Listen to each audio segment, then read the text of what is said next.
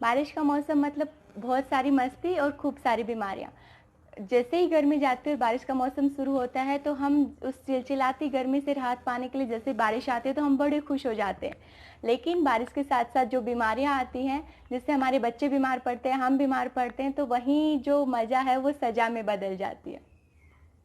तो क्योंकि आपने देखा होगा कि बारिश के मौसम में बैक्टीरिया और जर्म्स बहुत ज़्यादा पनपते हैं, उनकी ग्रोथ रेट बहुत ज़्यादा होती है। तो ऐसे मौसम में हमें क्या करना चाहिए कि बच्चे बीमार ना पड़ें, हमें किन किन चीज़ों का ध्यान रखना है। और अगर बच्चे बीमार पड़ जाएं तो बिना किसी मेडिकेशन के, बिना कोई होम रेमेडीज़ लिए हम बच्चे को कैसे ठीक कर सकते हैं। जी हाँ, बिल्कुल सही सुना आपने कि बिना होम रेमेडीज़ लिए और बिना कोई दवाई लिए हम बच्चे को कैसे ठीक कर सकते हैं। आज हम इसी चीज़ पे चर्चा करेंगे। तो चलिए बिना देर किए हम वीडियो शुरू करते हैं। सबसे पहले अगर हम बात करें कि हमें बारिश के मौसम में किन किन चीज़ों का ध्यान रखना है जिसकी वजह से हमारे बच्चे बीमार ना पड़े या हम भी बीमार ना पड़े। सबसे पहला पॉइंट आपको बच्चे के आसपास, अपने आसपास घर पे पूरी साफ सफाई रखनी है कि जो भी बैक्टीरिया पनपते हैं उनको वो एनवायरनमेंट ना मिले कि वो पनप पाएँ और या उनकी ग्रोथ जो है वो ग्रोथ रेट जो है वो बढ़ पाए। तो सबसे पहला पॉइंट यही है कि अपने आसपास साफ सफाई रखनी है। अगर बारिश का पानी कहीं पे इकट्ठा हो रहा है जिससे कि मच्छर बहुत ज़्यादा पनप रहे हैं डेंगू और मलेरिया के, तो आप बारिश के पानी को जहाँ पे इकट्ठा हो रहा है उसको तुरंत साफ कीजिए, क्लीन कीजिए। कूलर का पानी टाइम टू टाइम चेंज करते रहिए। गमलों में अगर जो पानी जमा हो जाता है, इकट्ठा हो जाता है, बेसिकली कहने का मतलब ये है कि आपको कहीं भी पानी 2 दिन से ज़्यादा खड़े नहीं रहने देना है जिससे कि मच्छर उस पर पनपे बहुत ज़्यादा। तो ये था पहला पॉइंट।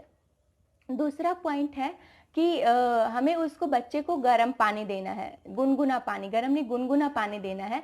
जब भी बच्चे सुबह उठे उसको हल्का सा गुनगुना पानी दीजिए ताकि जो भी बैक्टीरिया, जो भी कुछ बीमारी वाले कीटाणु अगर गले में चिपके हुए हैं तो वो नीचे चले जाएं या गर्म पानी से मर जाएं, क्योंकि गर्म पानी से वो मरेंगे और ठंडे पानी से वो हमेशा पनपते हैं। तो हमें बच्चे को ठंडा या फ्रिज का पानी नहीं देना है, उसे सुबह उठते ही, दिन में भी उसे कोई फ्रिज का पानी नहीं देना है, सुबह उठते ही उसको गुनगुना पानी देना है। दिन में भी आप उसको गुनगुना पानी दीजिए। अगर बच्चा गुनगुना नहीं पी रहा है दिन में तो आप नॉर्मल वाटर दीजिए उसको।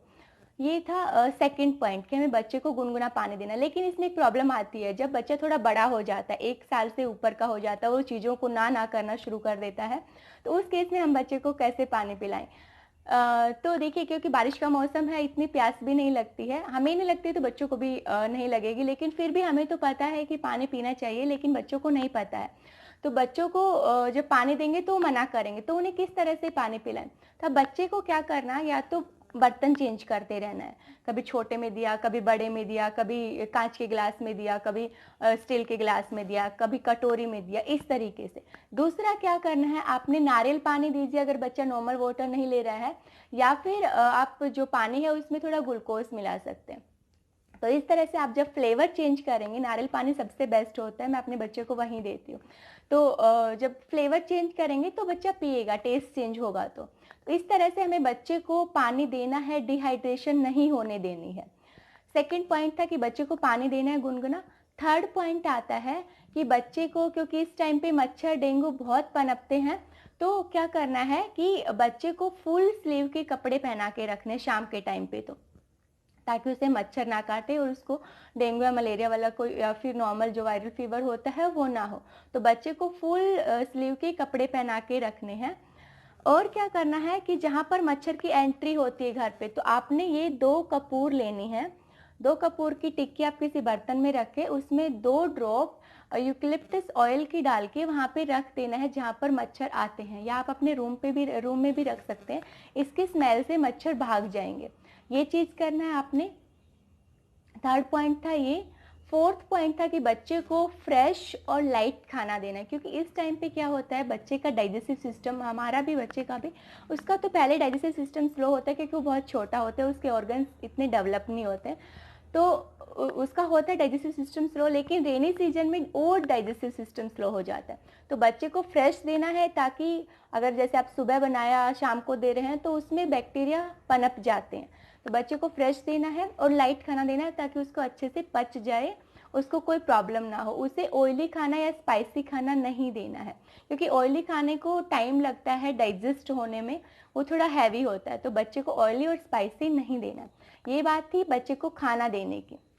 तो इस तरीके से हम अपने बच्चे को बीमारियों से बचा सकते हैं बारिश के मौसम में, और बहुत अच्छे से एंजॉय कर सकते हैं इस वेदर को। लेकिन अगर प्रॉब्लम आ गई है, बारिश के मौसम में उसको खांसी जुकाम हो गया है, तो हम बिना मेडिकेशन के कैसे ठीक करें बच्चे को।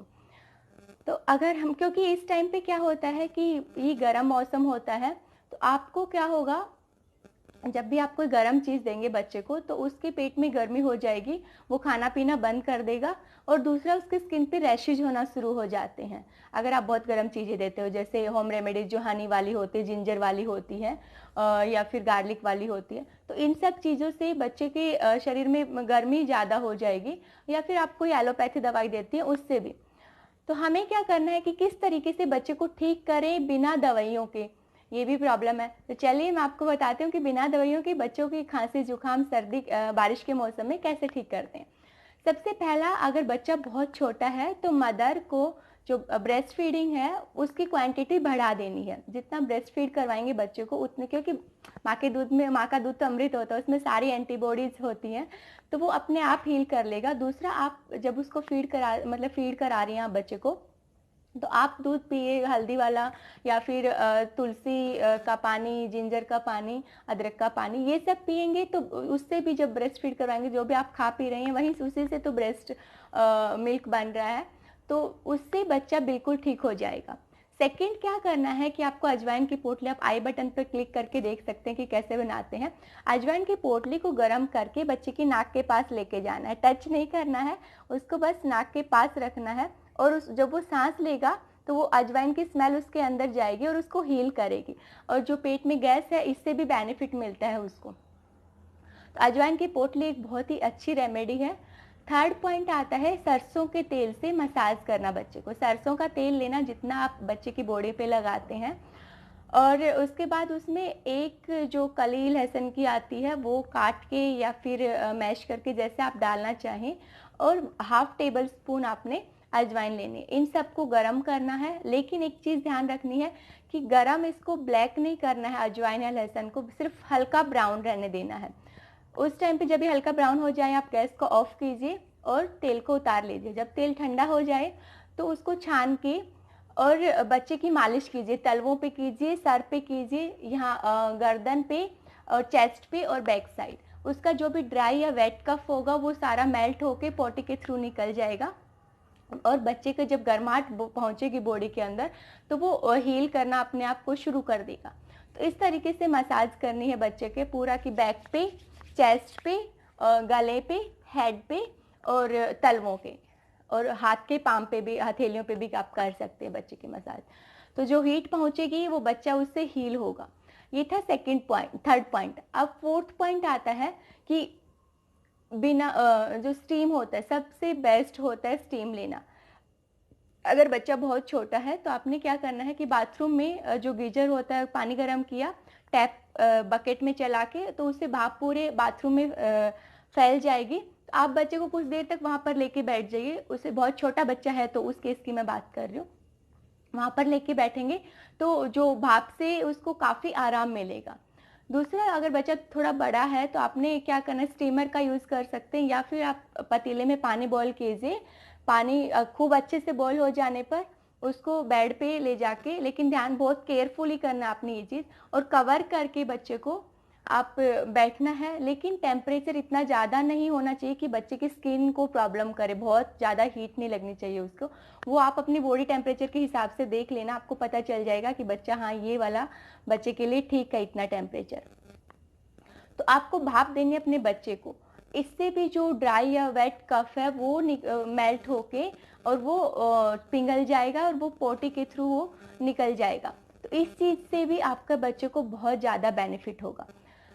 लेकिन आपको दोनों केस में, जब आप मालिश कर रहे हो और जब आप बच्चे को भाप दे रहे हो, इन दोनों केस में आपको एसी और फैन ऑफ रखना है, क्योंकि बच्चे का बॉडी टेम्परेचर ज़्यादा हो जाएगा उस टाइम पे, और भाप के टाइम पे तो पसीने आ जाएंगे बच्चे के फेस पे या बॉडी पे। तो आपने अगर एसी या फ़ैन ऑफ किया तो कंडीशन और भी वर्स हो जाएगी, और भी ज़्यादा उसको प्रॉब्लम होगी बच्चा ठीक होने की बजाय। तो आपने तुरंत एसी या फ़ैन भी नहीं चलाना है, और एसी या फ़ैन चलाते हुए भाप और मालिश भी नहीं करनी। ये दोनों चीज़ें ऑफ होनी चाहिए, उसके बाद आप भाप दीजिए बच्चे को और मालिश कीजिए। जब भाप बच्चे को दे दी और मालिश कर दी, उसके तुरंत बाद भी एसी और फैन नहीं चलाना है। आपने उनकी स्पीड को फैन की को धीरे धीरे इंक्रीज करना है, एकदम से नहीं करना। सबसे पहले बच्चे के पसीने पोंछिए, पसीने पोंछने के बाद आप हल्का सा फैन चलाइए, और उसके बाद आप रेगुलेटर से उसको स्पीड को तेज कर सकते हैं धीरे धीरे। तो इन चीज़ों का आपने ध्यान रखना है, और अपने बच्चे को खांसी जुकाम अगर हो जाए तो बिना मेडिकेशन के उसको ठीक कर सकते हैं, और बारिश के मौसम का एंजॉय आप कर पाएंगे, आप भी और आपका बच्चा भी। तो ये थी आज की वीडियो अगर अच्छी लगी हो तो इसे लाइक करना, और चैनल पे पहली बार है तो सब्सक्राइब करना, और ताकि जो ऐसे ही वीडियोस की नोटिफिकेशन आप तक पहुंच सके और आप कोई भी चीज़ मिस ना करें। और अगर कोई कमेंट है तो आप कमेंट सेक्शन में जाके पूछ सकते हैं। Thank you.